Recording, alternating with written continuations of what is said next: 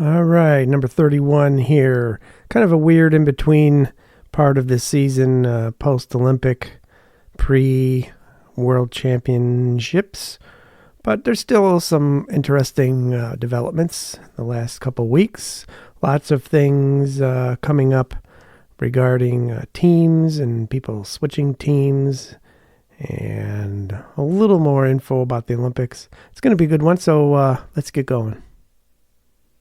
This is Short Travel Magazine. Short Travel Magazine.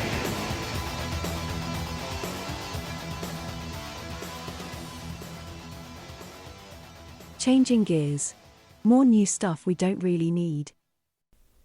First up, some gear talk. Let's talk about drop bars on mountain bikes, as this has once again come up. This seems to come up every couple years. Of course, Keegan Swenson just won Leadville on drop bars, but I mean, let's be honest, he could have won it on just about any kind of bars.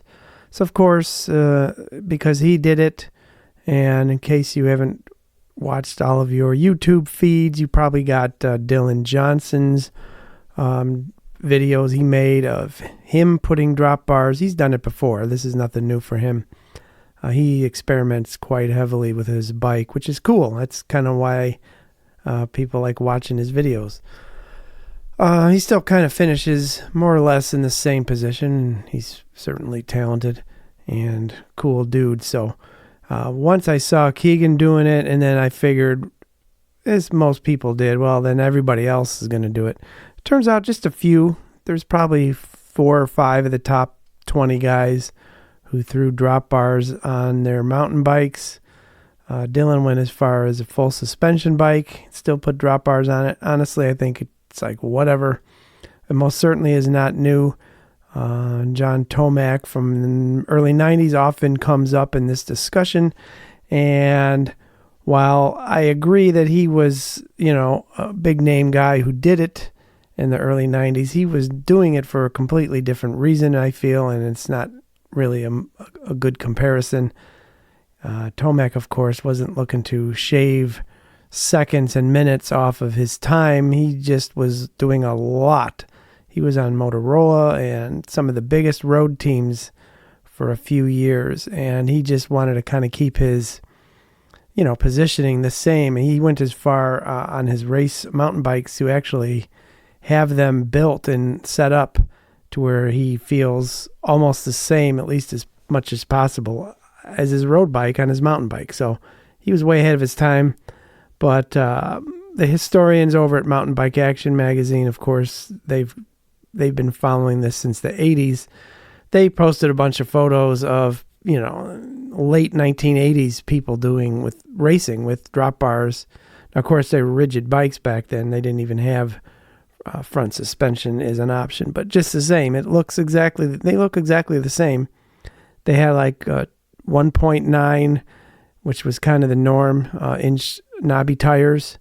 And now your typical drop bar gravel bike, they're bragging about running, 50 to millimeter or 2-inch tire, mountain bike tires. So it really is, the wheel diameter I'll give you is different, but other than that, nothing new. So that's kind of cool. And I do remember Jeff Kabush a few years ago from Canada. He raced the Iceman Cometh up in Michigan. He did it not just with drop bars, but on a full-on gravel bike. I remember a bunch of people saying, oh no, there goes, our traditional mountain bike race. Now everybody's going to use drop bars. And it didn't turn out that way. He was kind of an anomaly. When I raced it a few times, I have seen people with cyclocross bikes and gravel bikes, but it's very rare. So hopefully this whole trend just kind of fades away. I don't particularly care for it. I'm old school though. What else? Let's also talk about some patents. Patent time. Everybody loves. Remember Hammer Time? Patent time.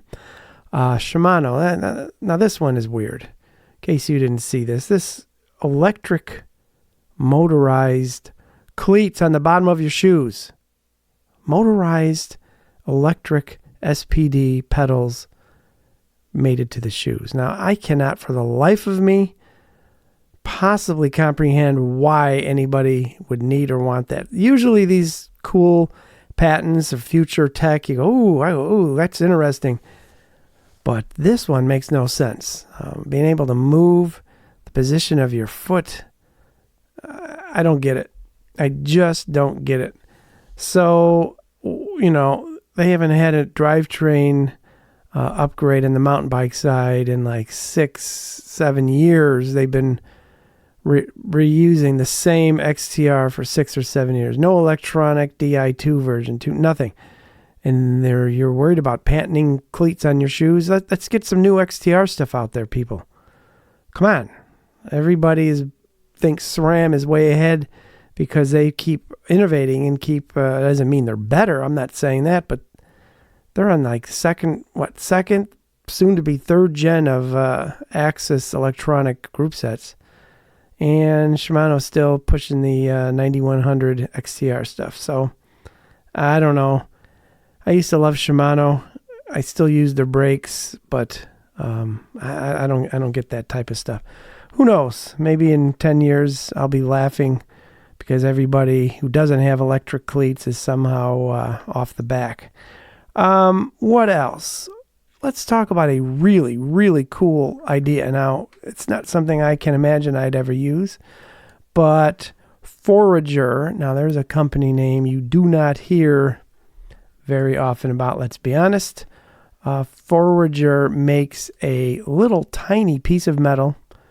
I'm guessing maybe an inch long, maybe a half inch in diameter, that allows you, when you're out, assuming this is more of a bike packing expedition type of a product, but you can straighten and modify your rear derailleur hanger using your front wheel and the front axle.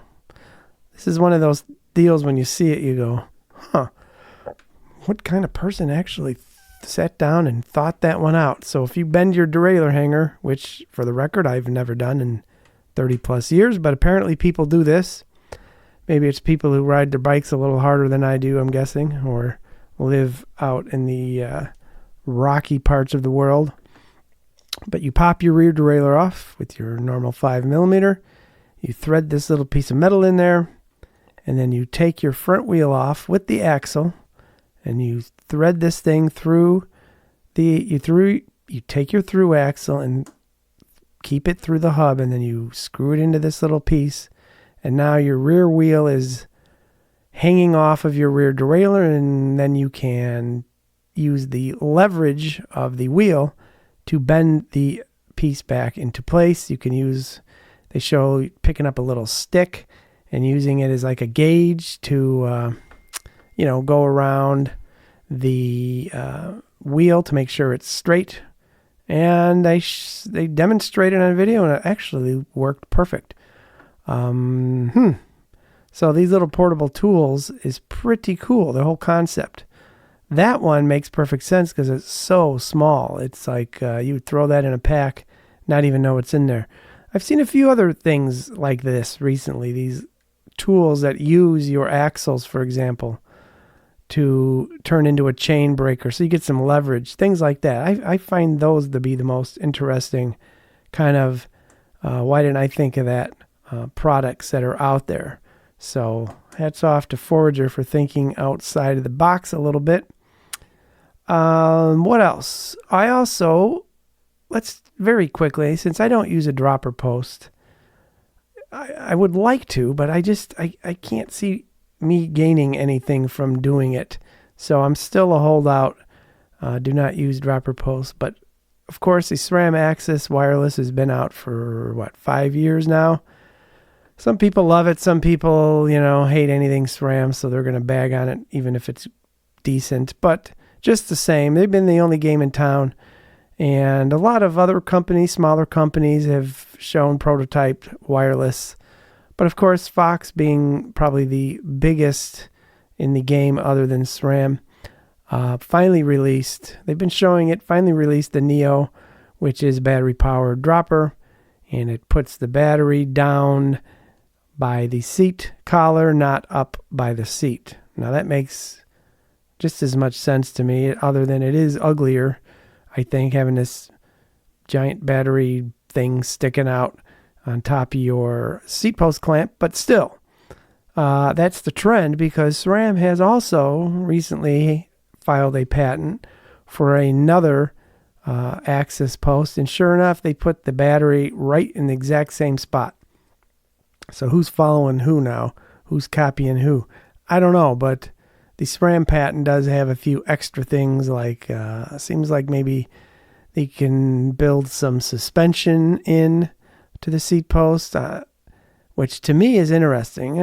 This shows my age, but in the mid 90s, I say mid to later 90s, suspension seat posts for mountain bikes was all the rage. I had 4 different versions, 4 different models. Because everybody had hardtails, and everybody had probably 60 to 80 mil suspension fork, and by then they were already using, kind of hydraulic oil forks. They'd kind of got past the elastomer era. But I remember Answer came out with a suspension seat post. It had a big, ugly brick, plastic rectangle thing that kind of slid over, each other to give you, it was around 1 inch or so, 1.5 inches of suspension on your seat. I actually loved it. And it was very heavy and ugly. And then a company called Tamer, I believe out of Minnesota, Tamer, which I don't think is in existence anymore, they made them where they just took a regular seat post and, just like a dropper, had a shaft at the top that slid down into the post. And I believe, again, that was around 1 to 2 inches.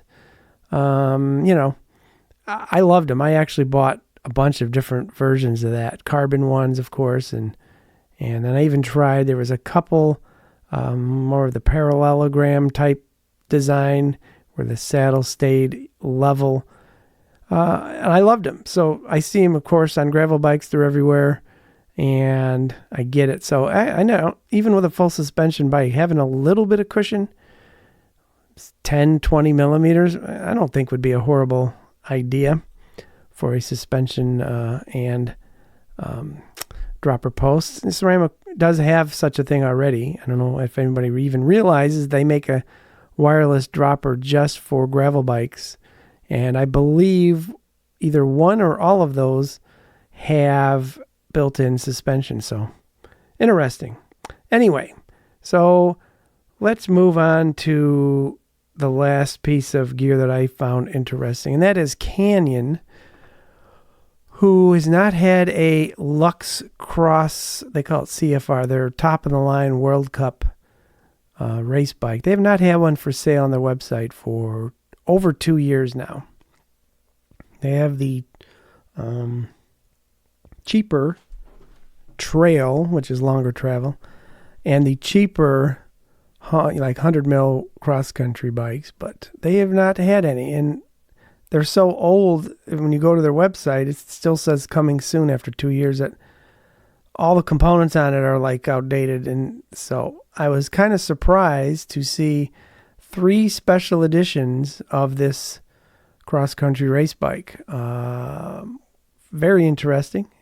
You have your Loana Lecomte version, which is kind of a purpley, I don't know. It's got these are, by the way, all top of the line. These are 10 to 12 grand a piece. So they have a Cape Epic edition, which has that killer paint job. If you remember seeing anybody in the Cape Epic with these bikes, they were really cool looking. And then they have the CFR Mach 874. I'm not exactly sure. That's the bike that they used. All the Canyon racers at the Olympics actually used this Mach 874. It's kind of a bluish, I don't know. It's kind of ugly, to be honest. They got an orange fork on this bike. I think the gold of the current Fox 50th anniversary would have looked, a little more appropriate. But anyway, they have your Loana Lecomte, your Mach 874 Olympic, and then, of course, your Untamed from the Cape Epic. 3 special editions with the top of the line everything. All have XTR, all have Fox, and all have the DT top of the line carbon wheels. But you can't get any of the regular model, plain old models. So I don't know. I'm not sure what's going on over there, why they couldn't release. Because I actually was very seriously considering buying a Canyon World Cup CFR last year. I was having issues with my shocks that did not look like they could be repaired anymore. And for the money, the Canyon bikes really are a very, very good deal. But they didn't have any, even if I wanted them. So I like these special editions. I wonder, for example, Scott has got, they always have, like Nino gets special editions. Few times they've put them up for sale, but usually they don't. So I don't know. I thought it was kind of cool. Just don't get it. So let's wrap it up. So that's it for right now. Post-Olympic, not a whole lot of gear action going on. Everything was released before the Olympics. And so we might be in for a drought of new cool bikes. Let's do some quick racing talk. Racing news and views. All right, one quick Olympic thing. Did anybody see the video of Kate Courtney and Tom Cruise? Did I just say that in the same sentence? Tom Cruise and Kate Courtney. He handed her the, what I guess would be the Olympic. He's passing, I don't know, what do you call it? Closing ceremony of the Olympics, where you pass it on to the next city or country. So Kate Courtney actually cruises down on her mountain bike, and Tom Cruise takes the flag, and it was so bizarre. I don't know what the heck Tom Cruise has to do. Hollywood, maybe? California, Los Angeles? Maybe there's the connection. I mean, we know why Kate Courtney was there. A, she's been in the Olympics, and B, she lives, in Marin County and California, where the Olympics are going. So I get that, but boy, that was really weird. Anyway, Christopher Blevins, Riley Amos, right? Hottest rider, Riley for sure. Hottest U.S. elite and under 23 male riders right now from the U.S. There's a great video. If you follow Pink Bike, which, they don't have a lot of cross-country stuff, but I don't care. There's still some good stuff. They had a great video and have an article about Durango, Colorado. And you old-timers, speaking to you, Mike, my cousin, he was around in the very early 90s. Durango is where all the action was, right? The top women and men, they all seem to live in Durango, and if not directly, then certainly in one of the nearby parts of Colorado. It's obvious reasons. I mean, it's ridiculously hilly and trails everywhere, and it's just I've driven through there on the way home from California once just to see, I don't know why I expected to see Ned Overend riding down the street, but it was still a cool area. Just kind of a typical Colorado mountain town. So it is still, after all these years now, 30 plus years, spitting out world-class mountain bike racers, and that's really cool. It's kind of cool to see it back being mentioned again as an important place for mountain bike royalty. So that was cool. If you can check that out, there's a great video out there too. It's worth a great read. Tom Pidcock, good old Tom Pidcock, everybody's favorite multi-discipline rider who used to be Vanderpool was everybody's favorite, and I don't know where he went this year, but he hasn't done squat in the realm of his own world. Now, of course, that's a stupid statement to say he hasn't done squat this year, but compared to kind of where it seemed like he was going the last couple of years, up and up, had a very quiet year. So old Pidcock is the one now everybody's talking about. He's the one who shows up and seemingly wins at ease every single time he goes to a mountain bike race. Olympics, world champs, world cups, whatever. Tom Pidcock is on the line. I'd put my betting money on him. And there was some concern after the Olympics, where of course he won, that he would go immediately back to the road or take a vacation. And with the World Championships being next week and the Olympics ending a few weeks ago, I was curious if he was going to show up at the World Championships again and try and win them, when there's a good chance next year he'll probably do even less mountain bike races. I would think next year he's going to focus a lot more on the road, but you never know. So that'd be, and here's the other thing. Pauline Ferrand-Prévot, as you probably know, is she's quitting the mountain bike circuit. She's going to go back to the road, where she has had success in the past. She's not getting any younger.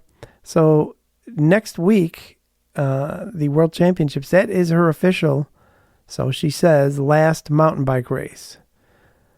She's not coming to North America. No surprise there. There's absolutely no reason for these type of racers who just show up kind of whenever they feel like it, if you will. There's no reason to go over there to Canada and New York.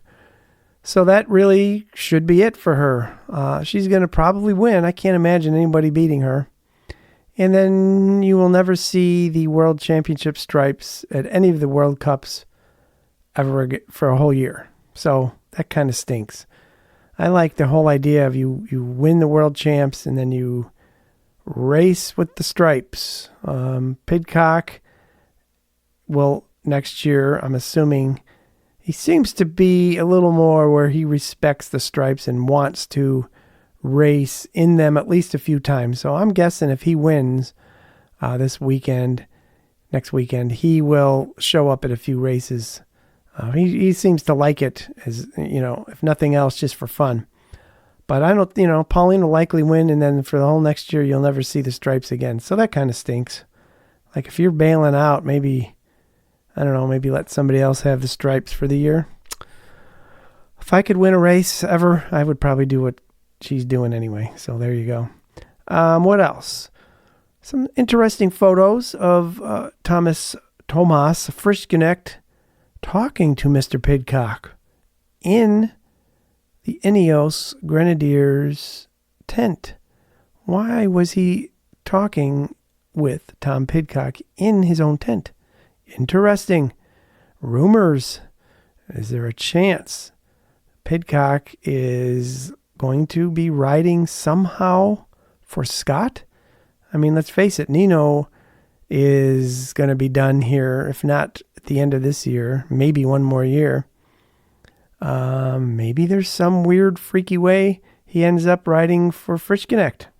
One of the greatest racers retiring, one of the greatest future racers while part-time coming on board. Interesting. You never know. Hey, Puck, good old Puck Petersen. She, of course, won a race at the Les Femmes Tour de France, which, by the way, was a fantastic 8-day race if you didn't watch it. I don't think many people probably watched it.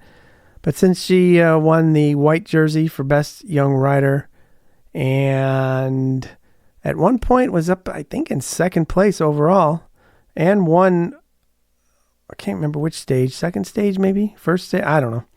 She won one of the stages, so she's getting probably all kinds of people telling her, man, you're the next road star and forget that mountain biking. So could be another Vanderpool situation where she does pretty good on the road and she disappears from the mountain bike scene.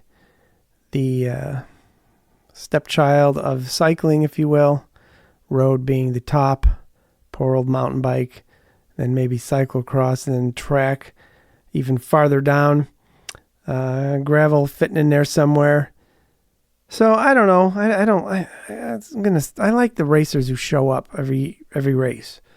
I've said that in the past. So we'll see what Puck does next year. It's going to be a weird year next year. A lot of different. I know we're not done with this year yet, but a lot of different changes are coming on teams and people and priorities. So that's it. World Champs coming up in a couple days. I believe Thursday or Wednesday is the team relay, which I wish they would show. I always thought that was a fantastic. I think they should do a team relay at every World Cup. You take the juniors, the under 23s, and the elites, a man and a woman from each, 6 of them. Throw them around a track. Use a short track course so it's not too long of a race, and give them all a go. I don't know. I think that's a great idea personally. But so check out that. I'm guessing it's going to be a France or Switzerland kind of a thing, although the U.S. do take part in that race every year, and they have had second and third, so you never know. I'm making no predictions for the actual world champs, Pidcock and PfP. I'm pretty sure we'll walk away pretty easily with that, and I don't think Nino will even be on the podium. You never know. He has a good day. He's already shown this year that he's a contender. So that's it for racing. We got one big race coming up next week, and then there's a little break of, I think, 3 or 4 more weeks. It's like a whole nother month. And then, of course, we have the last 2 North American World Cups, which I really, really, really wanted to go to, at least one of them this year. And that's not going to happen for 100 reasons. So I'll have to watch them on Max Plus, get my ridiculous $150 I paid to watch those things, get my money's worth. All right, that's it. I think we're going to wrap it up. I've got a few tidbits, but I will close by saying I hope Howard Grotz, anybody who's been following mountain bike and racing for the last 10 years, Howard Grotz out of Colorado, was a really cool dude. He rode for Specialized. He still does. He had some great, he didn't do anything internationally, really. He was by far one of the best. He did win Cape Epic, so he's fantastic for the longer distances, but he had a brutal crash, sounds like. The guy who found him it was 1 mile to go at the Breck Epic mountain bike, which is a stage race. He was in the lead for the GC, and 1 mile from the finish, I can't even comprehend, 1 mile from the finish line, and something happened. The rider in front said he heard a large cracking sound like a pedal hitting a rock, and the guy behind him who found him said he was wrapped around a tree, unresponsive. Just sounds absolutely horrible. Now, I don't know if this was a downhill section. I'd have to believe it's probably that type of a, downhill-ish where you're really high speed, and if you lose your line, you were going to pay for it. So he broke part of his spine, his scapula, his ribs, his shoulder blades. He broke a tremendous amount of things. Concussion, everything. He's been in a hospital for, I don't know, at least a week. But there is a GoFundMe, and I don't normally do GoFundMe things, but somebody was discussing the sheer cost of, he had to get medevac with the helicopter out of the race site, and they said that is always something your insurance will not cover, and those can be up to $50,000. So they're pushing $100,000, which I can't imagine wouldn't be really helpful for somebody like that. When it just sounds awful. I just hate to even think about that type of thing when I go out riding, but it's a reality. So prayers and healing to Howard Grotz and his family and crew, and hopefully that's not something we hear about again anytime soon. So that's it. Watch the World Championships, and talk to you soon. Thank you ever so much for listening to Short Travel Magazine.